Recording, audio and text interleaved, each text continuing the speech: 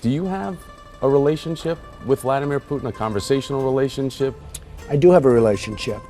I have no relationship with Putin.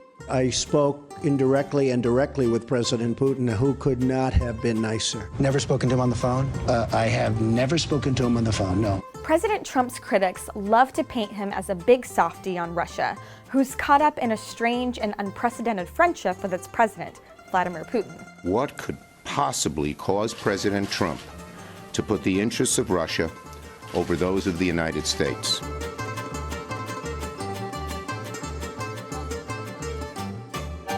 But if you listen to Trump tell the story, he's been tougher on Moscow than any president before him. There's been no president ever as tough as I have been on Russia. So who's right? Well, actually, there is a grain of truth to both arguments. A little grain. Trump really does have an unusually cozy relationship with Putin. He's repeatedly denied Russian meddling in the 2016 election, and he's dragged his feet on congressionally required sanctions against Moscow post-Skripal poisoning.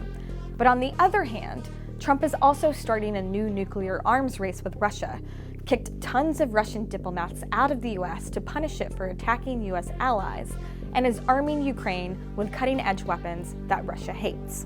To make things even more complicated, sometimes it's hard to tell how much Trump is actually steering his own Russia policy. So yeah, it's a little confusing. Are the US and Russia still enemies? Are they becoming friends? Or are they morphing into something more like frenemies? Let's take a closer look. It's no secret that Trump is a big admirer of Putin, and his warm feelings for Putin have been documented as far back as 2013. Trump has said on many occasions that he met with Putin during the Miss Universe pageant that he held in Moscow in 2013. And he said that Putin, quote, could not have been nicer to him. I went to Russia with the Miss Universe pageant. He contacted me and was so nice. And in the years since that meeting, Trump has spoken glowingly over and over again about the Russian strongman. On the 2016 campaign trail, Trump praised Putin's tough, autocratic ruling tactics. He called, the man has very strong control over a country. Now, it's a very different system, and I don't happen to like the system, but certainly in that system, he's been a leader far more than our president has been a leader. And when Trump entered office, he repeatedly denied that Russia interfered in the 2016 election, contradicting the conclusions of his own intelligence agencies. That shocking pattern came to a head at the Helsinki summit in July 2018, when Trump decided to boldly side with Putin's government over his own on the question of whether Russia was behind the 2016 cyber attacks. People came to me, Dan Coates came to me, and some others. They said they think it's Russia. I have President Putin. He just said it's not Russia. I will say this, I don't see any reason why it would be. Republicans were furious. People slammed it as treason, and Trump walked the comments back.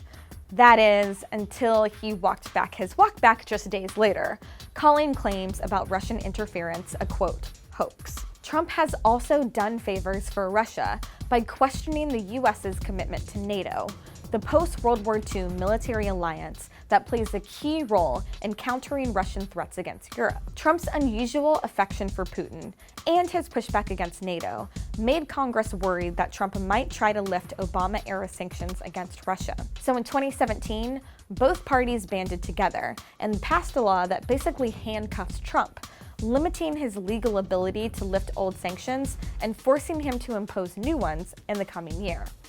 Now, Trump made a huge fuss about that bill, but signed it, knowing that his veto would be overridden by his own party. Later on, Trump showed his opposition to the law by missing deadlines for implementing the new sanctions, and then imposing some strikingly soft penalties against oligarchs in Russia.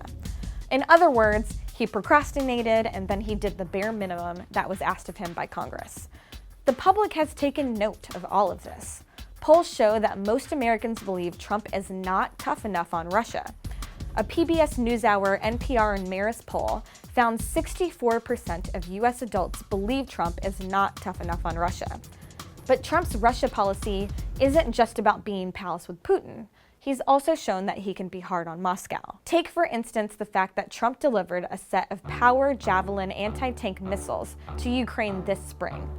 The move gave Russia's opponent in a war a huge military asset, and it was a more aggressive gesture of support for Ukraine than the Obama administration ever offered. In February, the Trump administration unveiled a nuclear posture review that focuses intensely on the US's rivalry with Russia and calls for the development of low-yield nuclear weapons that analysts say could escalate a new kind of arms race with Moscow.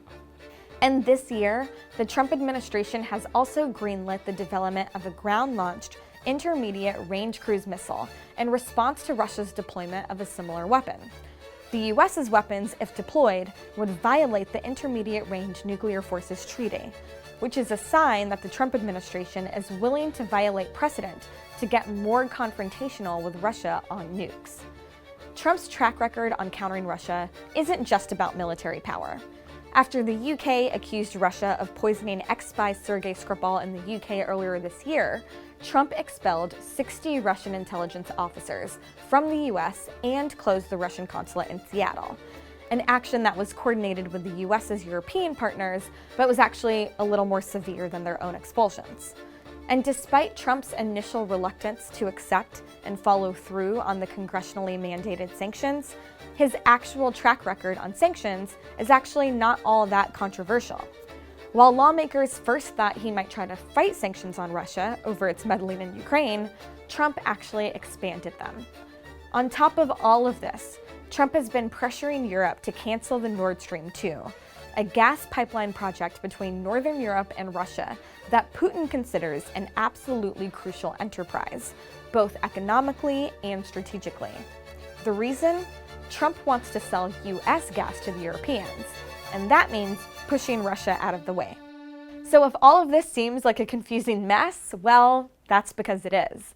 One way to look at this is that while Trump spends a lot of time talking about how he wants to warm ties with Russia and is reluctant to assign blame to Putin for its misdeeds, his actual actions are a lot tougher.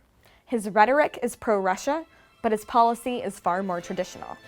That, in part, reflects the difference between Trump and his top advisors and the national security establishment. While Trump is eager to turn a new leaf with Russia and pursues that agenda in speeches, sound bites, and tweets, the people around him consistently persuade him that it's just better to stick with the status quo or even act a little more hawkishly. For example, despite the fact that Trump has hesitated to blame Russia for the 2016 cyber attacks, his former ambassador to the United Nations, Nikki Haley, never has. While Trump originally refused to back Article 5 of NATO, the principle that an attack on one member is an attack against all members, his advisors eventually convinced him to. And Trump's national security advisor, John Bolton, is the one who recently advised him to withdraw from a nuclear arms treaty with Russia, prompting Trump to make this statement. Russia has violated the agreement. They've been violating it for many years, and I don't know why President Obama didn't negotiate or pull out. We're not going to let them violate a nuclear agreement and go out and do weapons, and we're not allowed to. We're the ones that have stayed in the agreement, and we've honored the agreement, but Russia has not, unfortunately, honored the agreement. So we're going to terminate the agreement. We're going to pull out. This has escalated tensions with Moscow to new highs. So while we know Trump is easily persuaded by Putin when they hang out one-on-one, he's also swayed by his own advisors who don't trust Putin in the slightest.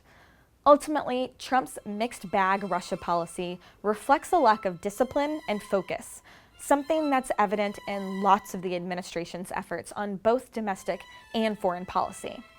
So why does all of this matter? Well, the public looks to Trump's Russia policy to gauge if he's trying to return favors to Putin for tipping the 2016 election in his direction. Or they think a super pro-Russian policy might suggest that Putin could have compromising material on Trump that he's blackmailing him with. In 2018, we're still talking about the P-tape. But Trump's Russia policy looks more messy than it does compromised.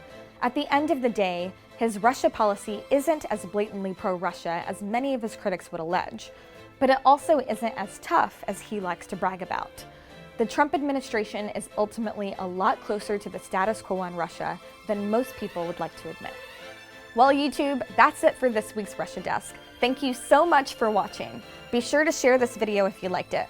And what do you think of the Trump administration's policy toward Russia? Let us know in the comments, and we'll see you soon.